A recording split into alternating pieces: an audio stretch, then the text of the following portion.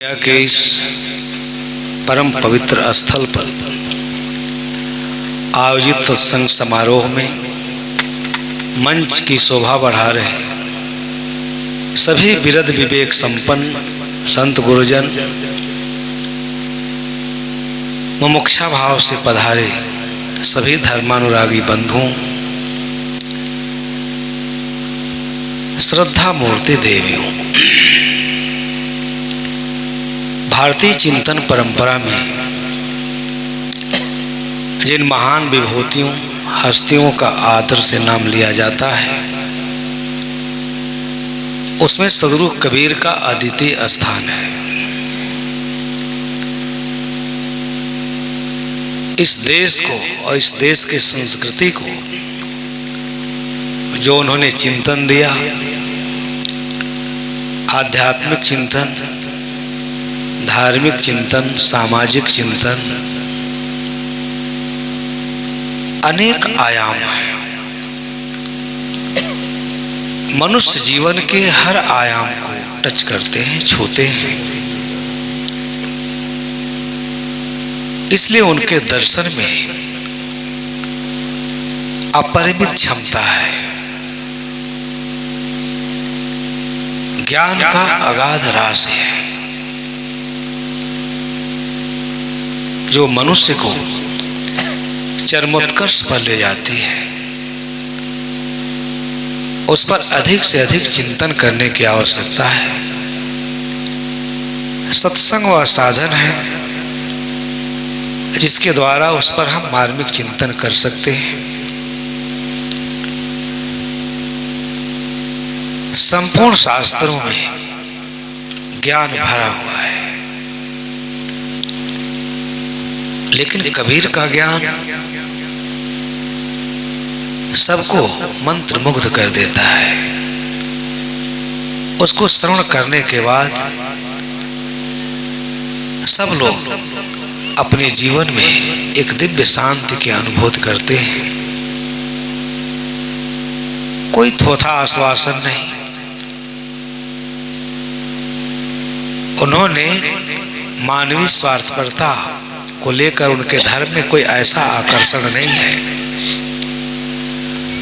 जो व्यक्ति को कहीं थोथा आश्वासन देता हो।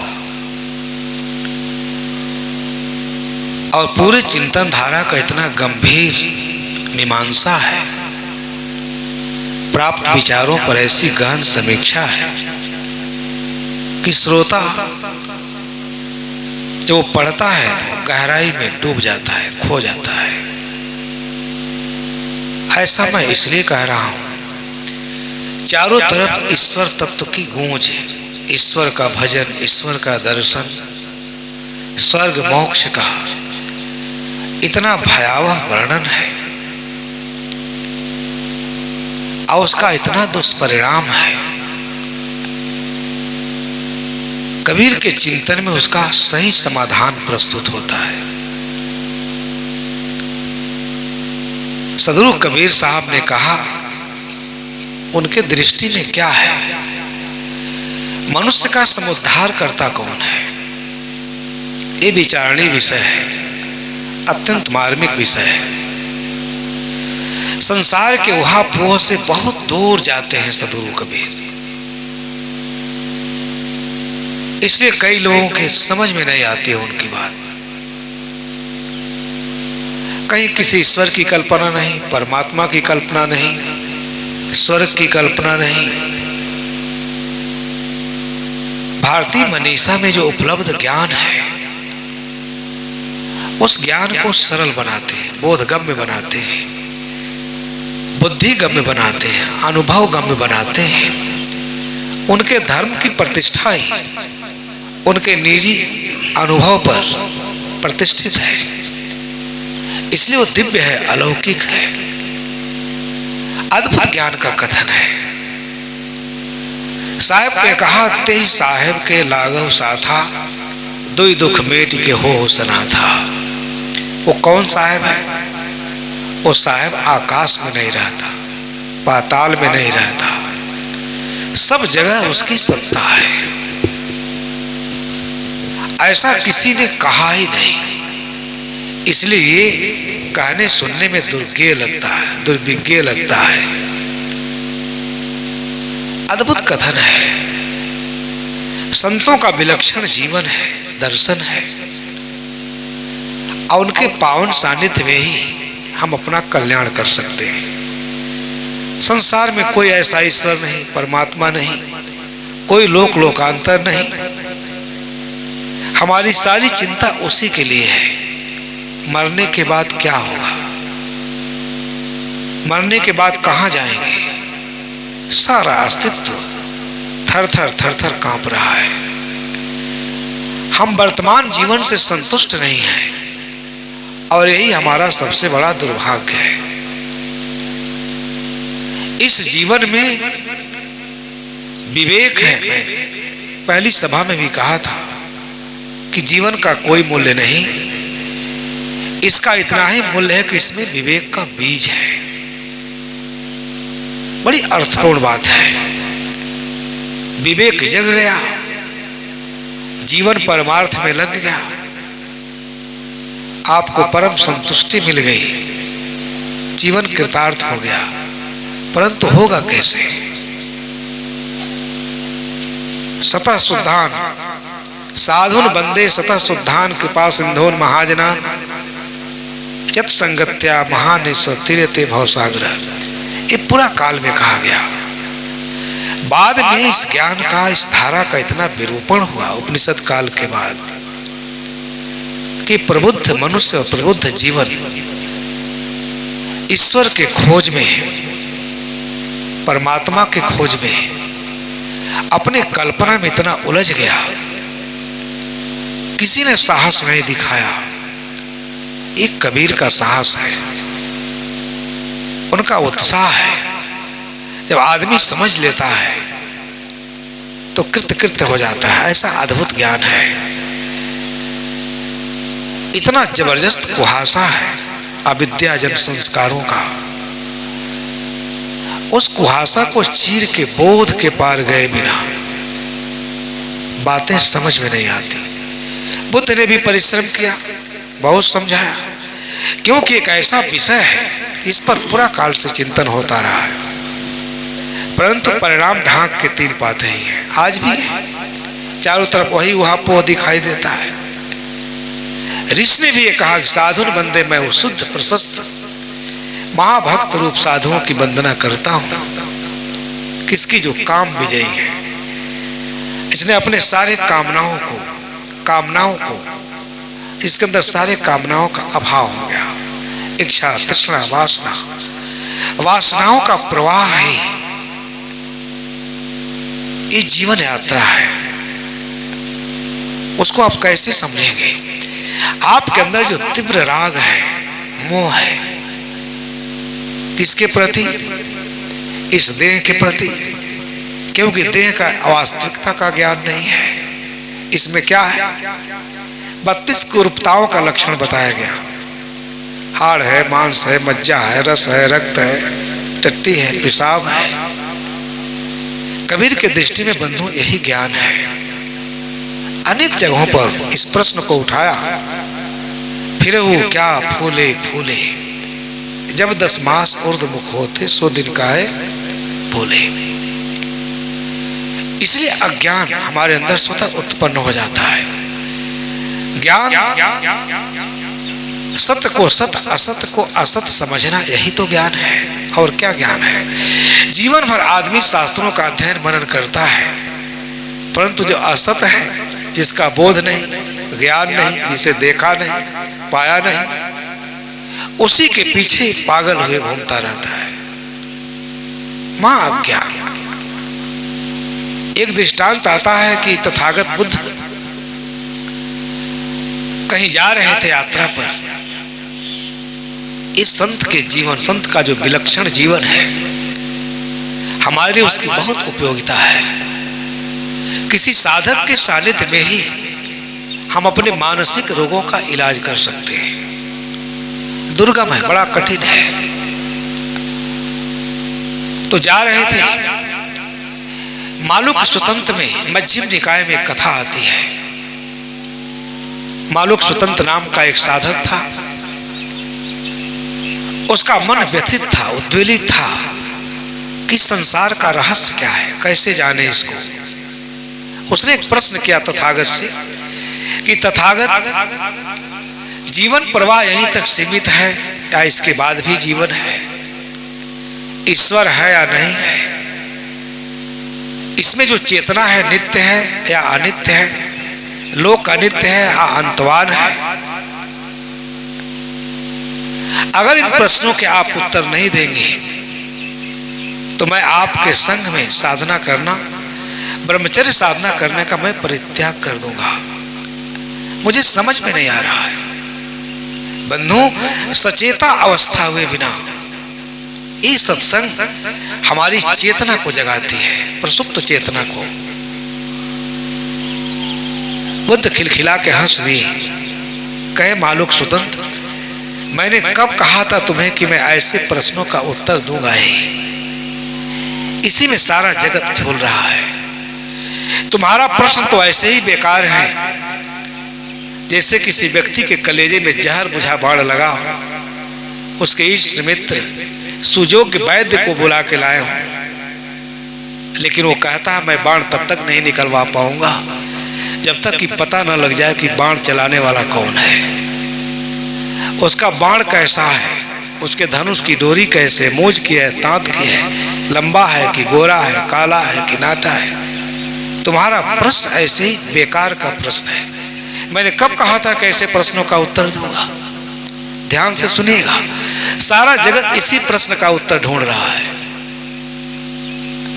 अद्भुत प्रश्न था और उत्तर भी ऐसा था कि उसको समाधि लग गई। सारे प्रश्नों का उत्तर दे दिया। मैंने कब कहा था तुम्हें मैं ऐसे प्रश्नों का उत्तर दूंगा? जैसे आजकल के धर्माचार्य आप जाओ इसी का उत्तर दे रहे हैं कि कल की अवतार होने वाला है मुरादाबाद में, शंकराचार्य कहते हैं। इतना अबौधिक बेबुनियाद की बात, इसका कोई मतलब नहीं। अरे इतना बड़ा ईश्वर का समूह, इसमें आपको ईश्वर नहीं दिखाई देता? चारों तरफ घृणा का बीज बो रहे हो। मानवीय मूल्यों का जो अनुशीलन बुद्ध ने किया, कबीर ने किया, वो पूरी सभ्यता को जगमगा देता है। हे मालूक स्वतंत्र, चाहे लोक नित्य हो चाहे अनित्य हो, आत्मा नित्य हो चाहे अनित्य हो, मरने के बाद जन्म होता या नहीं होता हो या नहीं होता हो, ईश्वर है या नहीं है। ईश्वर है तो भी मनुष्य के अच्छे कर्मों का फल अच्छा है। आत्मा नित्य है तो भी मनुष्य के अच्छे कर्मों का फल अच्छा है। आत्मा अनित्य है तो भी कर्म फल का नियम शाश्वत है। जगत नित्य है तो भी, अनित्य है तो भी मनुष्य के अच्छे कर्मों का फल अच्छा है, बुरे कर्मों का फल बुरा है। कोई देता नहीं, हर मनुष्य अपने भाग्य और अपने कर्म और संस्कारों को लेकर साथ चलता है। बीच में ईश्वर को लाने की क्या जरूरत है? चाहे लोक नित्य हो चाहे अनित्य हो, आत्मा नित्य हो अनित्य हो, ईश्वर है तो भी, ईश्वर नहीं है तो भी। कितनी वैज्ञानिक संदर्श है, अद्भुत ज्ञान है। तो भी मनुष्य के अच्छे कर्मों का अच्छा है, बुरे कर्मों का बुरा है। कौन इसे रोक सकता है? इसका हमें दृष्टा बनना चाहिए। अगर ईश्वर है तो भी दुख है, दौर्मनस्य है, चिंता है, विकलता है, राग है। लोक नित्य है तो भी, लोक अनित्य है तो भी, आत्मा नित्य है तो भी। वर्तमान में तुम इन चीजों को ठीक से नहीं देख रहे हो, नहीं समझ पा रहे हो, इसलिए दुखी हो। जीवन में जो दुख है, दौर्मनस्य है, चिंता है, विकलता है, आवागमन का मार्ग दुरूह कर रहे हो मूर्ख। मैं इसी सारे विकारों के उपशमन का उपसेचन बताता हूं, मार्ग बताता हूं। यही तो धर्म है जिसके श्रवण करने के बाद दुख मिट जाए, द्वंद्व मिट जाए, जन्म मरण का जो चिंता मुझे सता रहा है वो मुक्त हो जाए। जन्म क्या है, मरण क्या है, दुख क्यों है, दौर्मनस्य क्यों है, चिंता क्यों है, विकलता क्यों है? ये आशा कर करके मनुष्य पतित हो रहा है। मैं इसी का उपशमन बताता हूं, इसके विघात का मार्ग बताता हूं। हम इसी जीवन में, इसी जन्म में इन सारे रोगों से मुक्त होने का मार्ग बताता हूं। मूर्ख।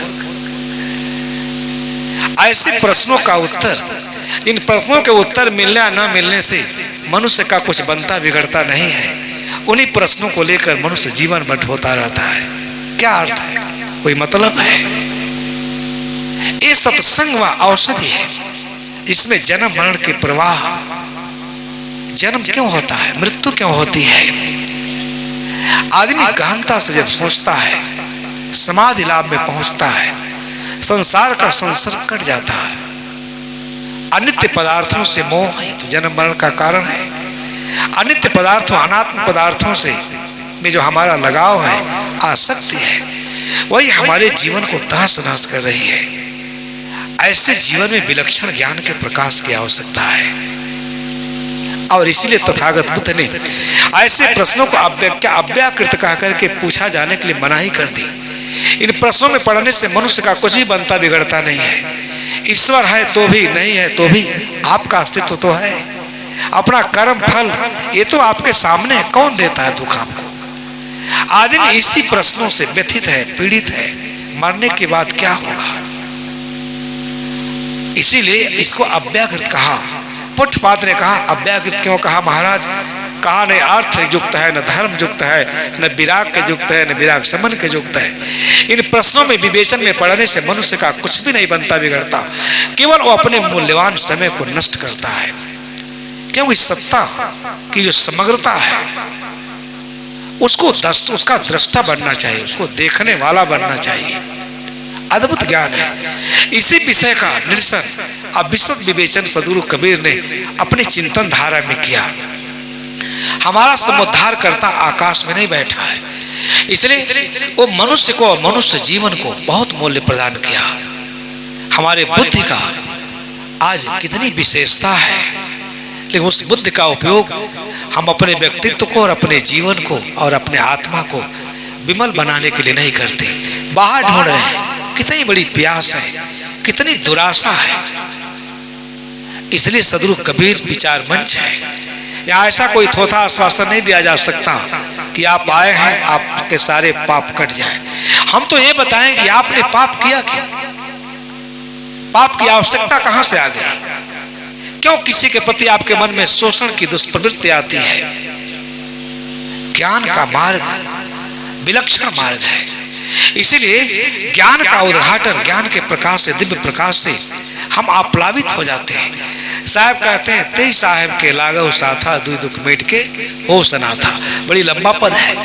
दशरथ कुल अवतर नहीं आया, नहीं लंका के राव सताया, नहीं देव की गर्भ ही आया, नहीं जसोदा गोद खिलाया, पृथ्वी रवन धवन नहीं करिया, पैठ पताल नहीं बल चलिया, नहीं बले राजा सुमाडल रारी, नहीं हरा कुछ बदल पछारी। कितना मार्मिक बात है। हमने सब भगवान को बना डाला अपने स्वार्थ में, उनको गंडकी शालिग्राम पत्थर बना दिया, अवतार बना दिया। साहब का ज्ञान कितना तीक्ष्ण है, कितना मर्म स्पर्शी है। भगवान राम के ऊपर उन्होंने सवाल उठाया कि जो राम गृहस्थ थे, विषय भोगों में लिप्त थे, सांसारिक जीवन जी रहे थे, सारा जीवन उनके सामने, वो हमारे उपास्य कैसे हो सकते हैं। इसलिए जीवन में जो क्रांति आती है, ज्ञान का, दिव्य ज्ञान का सूरज उगता है, वो इन संतों के सत्संग से उगता है। एकदम निश्चल ज्ञान, निर्मल ज्ञान, ऐसी प्रज्ञा का प्रवाह है कि हमारा विवेक जग जाता है। हम अपनी अंतर यात्रा शुरू करते हैं। साहब ने कहा दो दुख है, जन्म मरण का दुख, खानी बानी का दुख, इसी में सारा अस्तित्व झूल रहा है। कैसे ज्ञान होगा। मुझे एक जगह, मैं महाराजगंज डिस्ट्रिक्ट में था, एक अनन्य साधिका थी भगवान श्री कृष्ण की। सद्गुरु कबीर साहब जब ये कह रहे हैं काशी में बैठ करके कि किस साहब के लाभ में, किस साहब के सानिध्य में, किस साहब के शरण में जाने पर, किसके पावन सानिध्य में जाने पर हमारा चित्त निर्मल होगा, विमल होगा, दुख घटेगा, सुख की अनुभूति होगी, निज शाश्वत मुक्त की पद की प्राप्ति होगी। ये मीमांसा कर रहे हैं। वो साहब कहाँ है? वो दशरथ के कुल में नहीं पैदा हुआ, वो मनुष्य था। अब आप लोग नाराज हो जाएंगे जो राम के भक्त होंगे, नाराज होने की आवश्यकता नहीं है। उसे आप समझें कितनी बड़ी, कितना साहस के साथ, अदम्य साहस के साथ अपनी बात रख रहे हैं। नहीं दशरथ कुल अवतर नहीं आया, नहीं लंका के राव सताया। वो करुणाशील है। आपकी परिभाषा में कहें, आपकी भाषा में कहें तो क्या संसार के प्राणियों को सताएगा, दुख देगा? उसमें भी यही राम था जो आपके इस शरीर में राम है, परंतु अपने कर्म आचरण, अपने पुरुषार्थ के कारण वो इस दुनिया में महान हुए। कोई भी महान हो सकता है। कबीर साहब ऐसा कह करके सबके लिए दरवाजा खोलते हैं। ये साधारण बातें नहीं है। हमने कहा कृष्ण के जीवन को देखिए, सारा जीवन प्रपंच में भगवान श्री कृष्ण का बीता, लड़ाई झगड़ा कलह, ऐसा जीवन है। भागवतकारों ने जैसा लिखा, महाभारत में लिखा, सुन करके दुख होता है। एक बार उन्हें नीतिमान बताते हैं, राजनयिक बताते हैं, सूरवीर बताते हैं, योद्धा बताते हैं, भगवत्ता को उपाधि से विभूषित करते हैं। एक बार महाविषयी लंपट क्या क्या कह डालते हैं। इसका मतलब मनुष्य थे। ये कहना क्या शोभा देता है? भगवान श्री कृष्ण के जीवन को पढ़िए। ऐसे लोग कैसे आपके आदर्श हो सकते हैं? आप उनकी उपासना करके कैसे अपने जीवन का उद्धार कर सकते हैं? जो खुद भोगों में लिप्त हो, मार काट करता हो, संघर्ष करता हो, सारा जीवन, पूरा जीवन पढ़ डालिए, दुख में ही व्यतीत हुआ, कहीं सुख नहीं है। लड़ाई झगड़ा, इतना द्वंद्व, शिशुपाल की भुजा है। ये जो कबीर साहब कह रहे थे तो कोई पद नहीं कह रहे थे। ईश्वर के बारे में, ईश्वर को लेकर के जो विभ्रम है, ईश्वर को लेकर के जो संदेह है, ईश्वर को लेकर के जो विमत फैली हुई है, उन अवतारों की मीमांसा की जरा इनका कुकृत तो देखिए। क्या ईश्वर कहलाने लायक है? इनका कौन सा आदर्श है? वहां जाते हैं, इतना वर्णन है, पढ़ने के बाद आत्मा कांप जाती है। और उनके उपासकों को देखिए, भक्ति जो मनुष्य जीवन का सबसे परम पावन उद्देश्य है, भक्ति तत्व का इतना मार्मिक उपनिषदों में, वेदों में, जस्य देवे परा भक्ति यथा देवे तथा गुरु तस्सैते कथिता हर्ता प्रकाशन्ते महात्मनः, ये लिखा गया। उस भक्ति का इतना विरूपण किया गया, सुन करके आत्मा सिहर जाती है। भगवान के नाम पर कैसे कैसे कुसंस्कार। पुरुष स्त्री बन के घूमता है, स्त्रियों का गहना पहनता है, वस्त्र पहनता है, आलिंगन करने के लिए लालायित है भगवान से। इतना विभ्रम है और इसके नाम पर इतना अनर्थ है हिंदू विचारणा में। इसलिए सदगुरु कबीर साहब को इतना परिश्रम करना पड़ा, सत्य को समझाने के लिए एक अंतर्दृष्टि दिया, हमारे अंतर्वर्ती तत्व की तरफ इशारा किया, संकेत किया। ये बहुत बड़ा विषय है, साधारण बातें नहीं है। हमारे पुरुषार्थ को जगाया, हमारे शक्ति को, हमारे ऊर्जा को, अच्छे ऊर्जा को क्या क्या उत्प्रेरित किया कि अपने सामर्थ्य को समझो, शक्ति को समझो। तुम मनुष्य हो, तुम स्वयं भगवान बन सकते हो, लेकिन पवित्र संस्कारों से आबद्ध हुए बिना, सुसज्जित हुए बिना क्या कोई ईश्वर हो सकता है? इनके जीवन को, अवतारों को देख करके उनकी आत्मा कांप गई। अवतारवाद की परिकल्पना करके इस देश को आप कहां ले जाना चाहते हैं? क्षुद्र वासना के दास्ता में पड़े हुए लोग इस देश में भगवान कहलाए, उनकी पूजा प्रतिष्ठा होने लगी। विष्णु का चरित्र आपके सामने है, वृंदा का सतीत्व नष्ट करते हैं। वो श्राप देती है कि जाइए आप शालिग्राम हो जाइए। कैसी कैसी विचित्र कहानियां लिखी गई हैं। ये तत्व ज्ञान से आपको परे ले आती है, आपको भटका देती है। बंधुओं, इसलिए आज ये जो सत्संग हो रहा है, ये सत्संग जागने के लिए, तथ्य को समझने के लिए है, सत्य को समझने के लिए, परमार्थ सत्य का ज्ञान करने के लिए है। ये संतों की बड़ी अनंत कृपा है हमारे ऊपर। और सही कहने कहा जाए तो ये संत ही उपासनीय है, वंदनीय है। इन्हीं से प्रेरणा लेकर के हम अपने जीवन को कृतार्थ कर सकते हैं। धर्म के क्षेत्र में इतना भटकाव है, इतना उलझन है। तो मैं एक उदाहरण आपको देना चाह रहा था। जिस उपनिषद काल के ऋषियों ने कहा, अद्भुत ज्ञान का कथन है। आत्मा नाम चेत विजानियात अयम स्मृत पुरुषः किमि छन्न कष्ट कामाय शरीर मन संजरे। इतना ऊंचाई का ज्ञान था जिस देश में, उस ज्ञान का हमने तिरस्कार कर दिया और धर्म के क्षेत्र को विषाक्त बना दिया। एक तमाशा बना के हम लोगों ने रख दिया धर्म को। इसलिए कबीर को पढ़ें, महापुरुषों के चिंतन को पढ़ें, उपनिषदों को पढ़ें। आत्मा नाम चेत विजानियात अयम स्मृत पुरुषः। ये जो आत्मा को इसने जान लिया, यही दिव्य ईश्वर है, यही दिव्य तत्व है। इसी की सत्ता से सारा जगत जगमगा रहा है। किसकी सत्ता है? सार्वभौमिक सत्ता, सार्वभौमिक ज्ञान की व्याख्या की। अद्भुत है। जो रत्न है हमारे अंदर है, हम कहाँ घूम रहे हैं? कबीर साहब के साखियों को पढ़ेंगे, आप अंदर से उद्वेलित हो जाते हैं एक एक साखियों में। ऐसा ज्ञान है। तेरा साईं तुझ में जाग सके तो जाग। पारक ज्ञान की बात की। वस्तु अंते खोजे अंते, क्यों कर आवे हाथ। असज्जन सोई सराहिए जो पारख राखे। जिसने अपने विचार की हत्या कर दी, अपने बौद्धिक क्षमता का परित्याग कर दिया, वो अपना कल्याण नहीं कर सकता। ये एक अक्ष प्रश्न है। दूसरा हमारा कल्याण कैसे कर सकता है? मंदिर में बैठा ईश्वर, परमात्मा या दूसरा कोई व्यक्ति, गुरु भी आपका कल्याण कैसे कर सकता है? गुरु भी एक हद तक आपका सहायता कर सकता है। उस पर असाध्य कष्ट उठाकर चलने की जिम्मेदारी आपकी है। तभी आप गंतव्य पर पहुंचेंगे, क्योंकि गंतव्य आप ही हैं, गति भी आप ही हैं। लेकिन वहां पहुंचने में इतना अवरोध है, इतना व्यवधान है, इतना तमाशा है, इतना नाटक चाटक है कि बड़े बड़े लोग गोता उठा खा रहे हैं।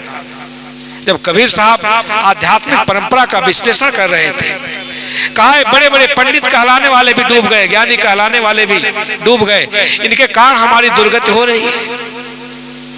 अपनी बात को जब कहते थे, आज भी हम लोग कहते सुनते विचार करते हैं तो हिल उठते हैं। ये ऋषि परंपरा है। आत्मा नाम चेत विजानियात। अगर इस दुनिया में अगर कोई जानने वाली चीज है, समझने वाली वस्तु है, तो हमारी आत्मा है, विमल आत्मा है। लेकिन कुछ संस्कारों के कचड़े तले इतना हमने ढक दिए हैं, अपने ही गंदे किए संस्कारों से, अपने ही कर्मों से। ये दुर्लभ ज्ञान की चर्चा सदगुरु कबीर साहब ने अपने चिंतन धारा में किया। कहाँ कौन खोजता है? सबको शायद सौदा चाहिए। कोई महाराज कथा सुना दे, भागवत सुना दे, एकदम स्वर्ग आ जाए, विमान आ जाए। जरा भी अपने मस्तिष्क का उपयोग नहीं करते कि आप स्वर्ग में जाके क्या करोगे, स्वर्ग कहाँ है। अरे स्वर्ग में बैठ करके स्वर्ग की भूख से मरे जा रहे हो, कितना बड़ा दुर्भाग्य है बंधु। इसलिए बहुत दूर तक उसकी गूंज सुनाई देती है। हमारे आत्मसत्ता को, हमारे आत्मबल को, हमारे आत्मा के मूल्यों को, जीवन के मूल्यों को सदगुरु कबीर साहब ने सुंदर बनाया, सजाया, संवारा अपने ज्ञान से, अपने दिव्य ज्ञान से, और मनुष्य को अपने ज्ञान से दीप्त कर दिया, प्रदीप्त कर दिया। केवल ठीक से सुनिए तो समझिए, तो अद्भुत ज्ञान है। लेकिन आदमी भटक जाता है। मैं आपको उदाहरण दे रहा था कि महाराजगंज डिस्ट्रिक्ट में मैं था, एक बड़ी अनन्य साधिका थी, भगवान श्री कृष्ण की उपासिका। तो अपने घर में वो भित्ति चित्र बनाई थी भगवान श्री कृष्ण का। जहां आप देखते बनते वहां आप देखते ही रहते हैं कि राधा और कृष्ण हैं एक साथ, कंधे पर हाथ रखे बांसुरी बजा रहे हैं।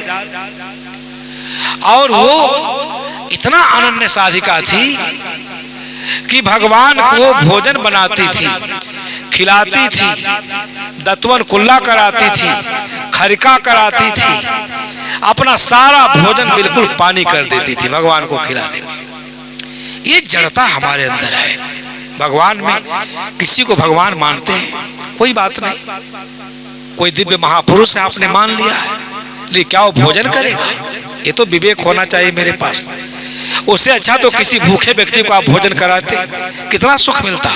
इसलिए सदगुरु कबीर साहब ने कहा, भूखे को कछ दीजिए यथा शक्ति जो होय, अथा ऊपर शीतल वचन लखे आत्मा। आदर्श और यथार्थ दो प्रकार की विचारधाराएं हैं। आदर्श विचारधाराओं ने खूब आदर्शों की चर्चा, लेकिन कबीर साहब यथार्थ के धरातल पर अपनी बात कह रहे थे इसलिए क्रांति आ गई धर्म के क्षेत्र में, आध्यात्मिक जगत में। ये सबको विचार करना चाहिए। कबीर सबके हैं, सबके लिए महत्वपूर्ण है, किसी से घृणा नहीं, किसी की आलोचना नहीं, वो तो केवल सत्य को समझा रहे हैं। एक उनका दृष्टिकोण है, पवित्र दृष्टिकोण है, अलौकिक दृष्टिकोण है।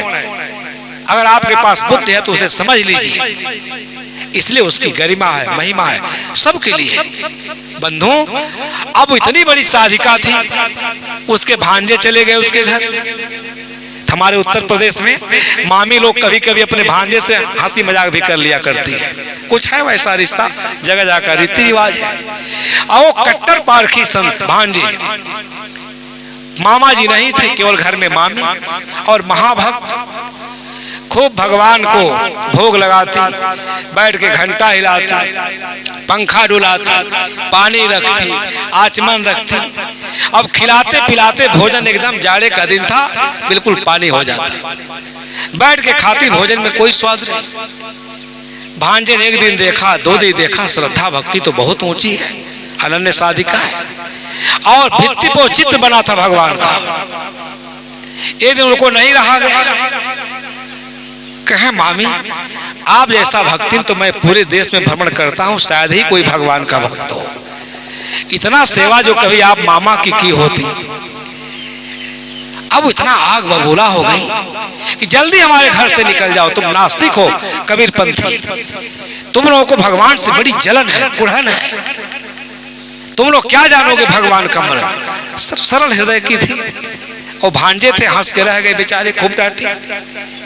वो अपना काम करती थी, सवेरे वही काम, जलपान बनाए तो, भोजन बनाए तो, सारा दिन भगवान को खिलाने पिलाने, नहलाने धुलाने, खरिका कराने, आचमन कराने, पंखा डुलाने में